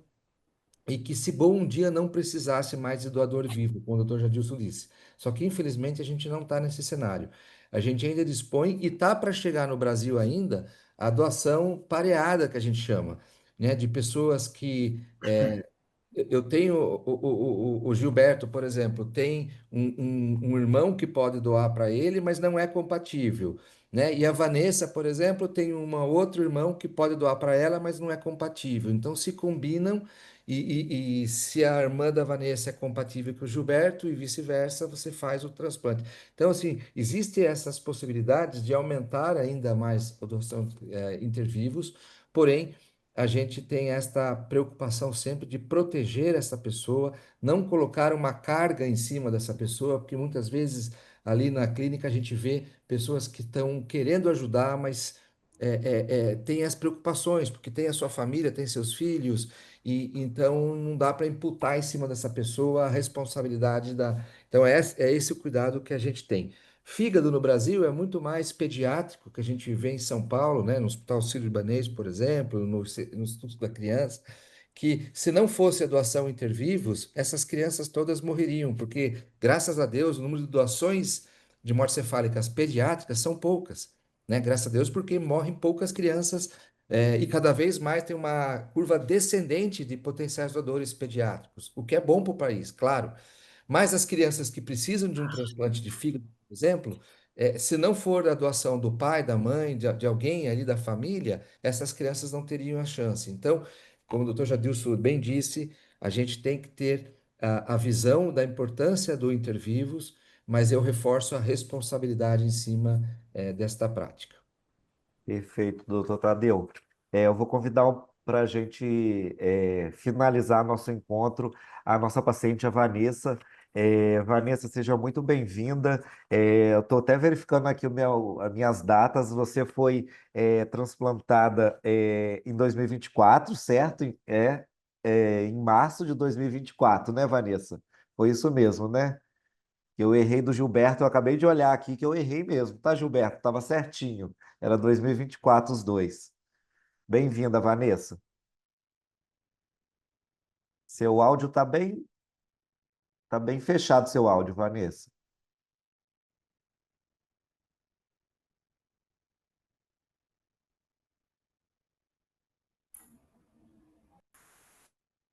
Conseguiu desbloquear? Alguém consegue desbloquear para ela? Algum coordenador aí? Acho que por Pessoal, aqui não dá, tem que ser ela mesma. ah, Mas, ô Vanessa, aí embaixo, no finalzinho, na parte de baixo da tela, inferior, se você tem um der um clique na microfone. tela assim, vai ter o símbolo de um microfone. Se você apertar nele, vai desbloquear. Aí, Foi, Vanessa, foi. Aí, foi. Foi, Vanessa. Bem-vinda. Então, boa noite, muito obrigado pelo convite. Então, vamos lá, né? A história é longa, mas eu tenho 45 anos e, assim, a minha descoberta na doença foi depois que eu ganhei a minha filha mais velha, hoje ela tem 29 anos. E, assim, no começo, os médicos da minha cidade detectaram uma hepatite, né? Uma hepatite, não foi bem curada, não sei o que e tal. E assim, começamos num devido tratamento, né? Só que com o passar do tempo, infelizmente, só foi agravando, agravando, agravando, né? E com isso eu fui levando a minha vida normal. Até que chegou um belo dia, fiquei internada no fundão, mais de 15 dias, e lá descobriram que eu tinha uma doença chamada colangite esclerosante primária. Da onde vem isso? Assim é um susto, né? A gente não sabia de nada. Até então começamos um novo tratamento. Medicamento, o tal do Orsacol, isso aí não sai da cabeça, né? E fomos levando. Até que teve um período que eu achei assim, bem, tô bem, graças a Deus, levava minha vida normal, trabalhava de boa. Só que quando foi em 2022, eu tive uma recaída. Tive uma recaída e quando eu fui procurar o nosso maravilhoso doutor Hugo Silveira, né? quando foi detectado que eu estava com cirrose hepática. Tudo bem, começamos um novo tratamento. Mas devido a essa cirrose hepática, o que que veio? A doutora Camila postou aí a foto, né? Veio a ascite. A ascite, a tal chamada barriga d'água. E com isso, né, nós fomos indo, tive que parar de trabalhar, porque realmente eu não conseguia mais trabalhar. E assim, igual o Gilberto falou, é verdade, minha família todinha do meu lado, me ajudando, me acompanhando, né? E quando o doutor Hugo falou para mim, Vanessa, seu caso realmente é só um transplante. Assim, o mundo da gente cai, né? Porque a gente fala, meu Deus, a gente vai entrar numa fila de transplante. E sim, a gente sabe que é bem complicado, né? Essa situação toda. Mas assim, eu agradeço muito, mas muito, muito a Deus mesmo, por ter botado anjos no meu caminho. Não foram médicos, foram anjos de Deus no meu caminho. Doutor Hugo, doutora Cláudia, maravilhosa, a equipe todinha. Eles não foram só meus médicos, eles foram os meus médicos, foram meus psicólogos, porque ali eu chorava, né? Ali a gente se alegrava junto, e a doutora Cláudia sempre confiante. Não, Vanessa, fica calma, vai dar certo, não se preocupa. E assim, eu sou uma mulher muito de fé, nunca perdi minha fé. A gente até questionava, né? Mas a fé em primeiro lugar. E com isso tudo, quando foi no dia 17 de março de 2024, eu passei muito mal, fui internada aí na Unimed no dia 18 de manhã. Nisso tudo, tiraram 4 litros e 600 de água da minha barriga. Eu estava muito sarcopênica, mas muito mesmo. A minha rotina era casa, hospital, hospital e casa. Fiquei internada 3 dias aí na Unimed, vim embora no dia 20. Quando foi? No dia 20 mesmo, na parte quase à noitezinha, eu recebo a tão sonhada ligação. A Rafaela me ligou, Vanessa. Então, eu falei, então o que, Rafa? Fala, por favor. A gente fica na ansiedade, né? Então, o seu fígado está a caminho. Então, assim, eu não sabia se eu gritava, se eu chorava, se eu pulava, porque foi um mix de emoções, né? Quando foi no dia 21, de manhã cedo, eu já estava aí, fizemos todos os procedimentos. Aí ela vinha, falava comigo o que estava acontecendo e tal, né? E graças a Deus, no dia 21, na parte da tarde, entrei no centro cirúrgico, a cirurgia foi um sucesso mesmo. Só que assim, igual eu sempre falo, Deus tem o tratar com cada um diferente. Falavam para mim que eu fiz um pouco do tratamento lá no Rio, no São Silvestre. Falavam para mim, isso aí é mole, vai ser 5 dias na UTI, 5 dias na enfermaria, depois você vai para casa, vai viver a sua vida. Eu falei, bem, tá bom. Só que, igual eu falo, Deus tem o tratar com cada um diferente. O meu propósito era grande. Uhum. Eu fiquei 1 mês e 10 dias dentro de uma UTI. Eu fui reabordada, né? Tiveram que me reabrir de novo, mas 2 vezes. Devido a eu estava muito magra, estava muito sarcopênica mesmo. Para quem pesava 62, eu estava pesando menos de 30 quilos. Era uma loucura, né? Passei esse período todo, fui para a enfermaria, fiquei mais 10 dias na enfermaria. Mas hoje, graças a Deus, é vida nova. É vida nova. Posso comer tudo que eu não podia comer. Muito legal. Aqueles hamburgão maravilhoso. Ó, a doutora Camila, tá vindo, hein? Aí eu só não exagero, tá, doutora Camila? Só não exagero. Olha lá, ela Mas tá de assim, olho em você, tá? hoje eu posso correr, hoje eu posso pular, entendeu? Hoje é vida nova. E hoje, Hoje, graças a Deus, a gente aprende que, pelo sim de uma família, hoje eu estou viva, outras pessoas estão vivas. Então, assim, hoje eu só tenho que agradecer mesmo. Nossa, é muita gratidão, primeiramente a Deus, né? Porque o Senhor permitiu mais uma oportunidade de vida para mim, e é uma coisa que eu falo sempre, não é para guardar só para mim. Isso que o Senhor fez na minha vida, eu tenho que botar para Perfeito. fora, eu tenho que mostrar, Isso né? aí. Muito Então, legal, assim, Vanessa. isso tudo é muito maravilhoso. E hoje, na minha família, todos são doadores Doador. de órgãos. Não tem como não ser, Não não tem tem como não como. ser, né? Igual o doutor mostrou aí, por uma vida a gente pode salvar várias vidas, Isso aí. não é verdade?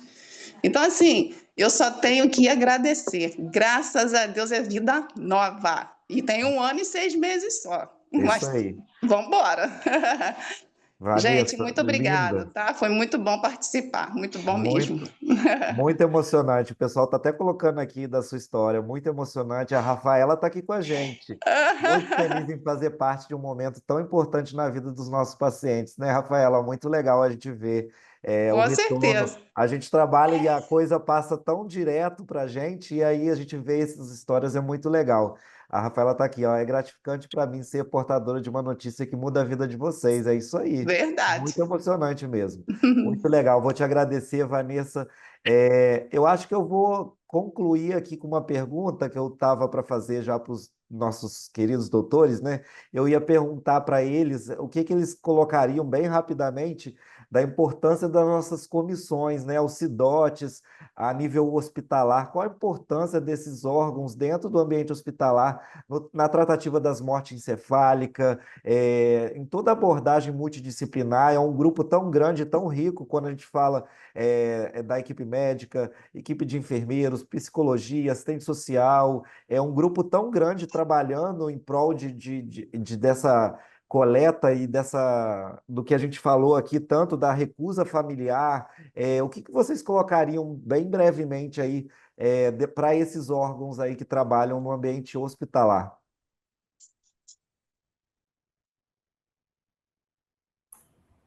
Acho que Tadeu, pode começar? Ok. Veja, Cristiano, nós saímos de uma era na doação de órgãos, nos transplantes no país, uma era que a gente chamava de heróica e romântica.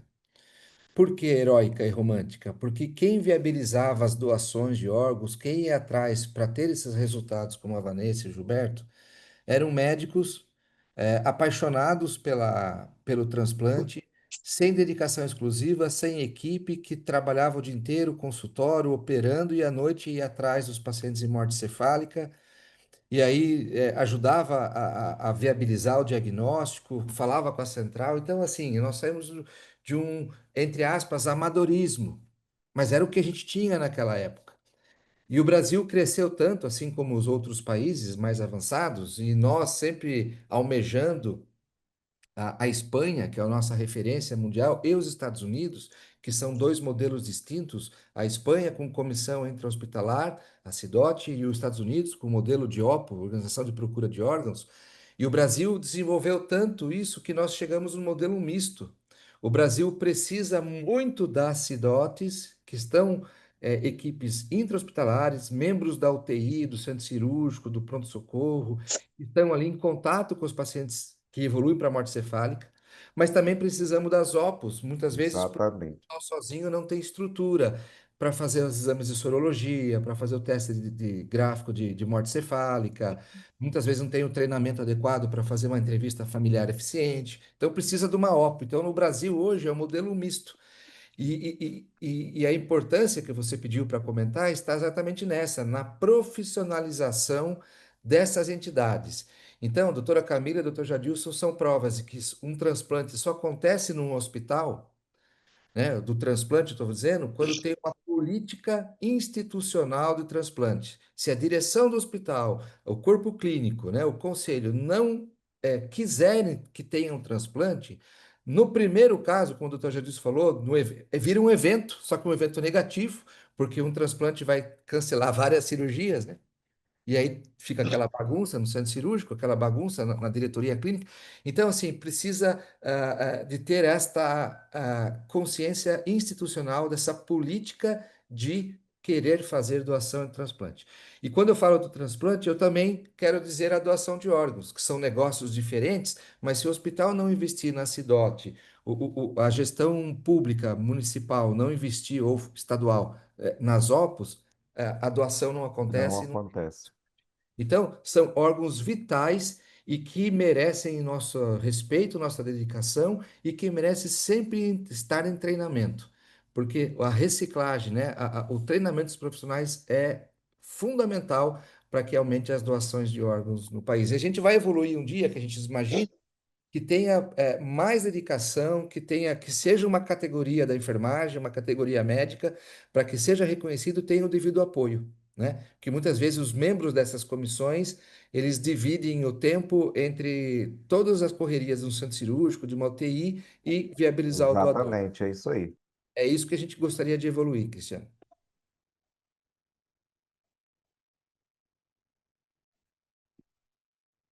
Doutor Jadilson, quer... Eu acho que o Tadeu, né, finalizou o assunto de uma maneira muito formativa aí, de muito conteúdo disso mesmo. Eu acho que é isso.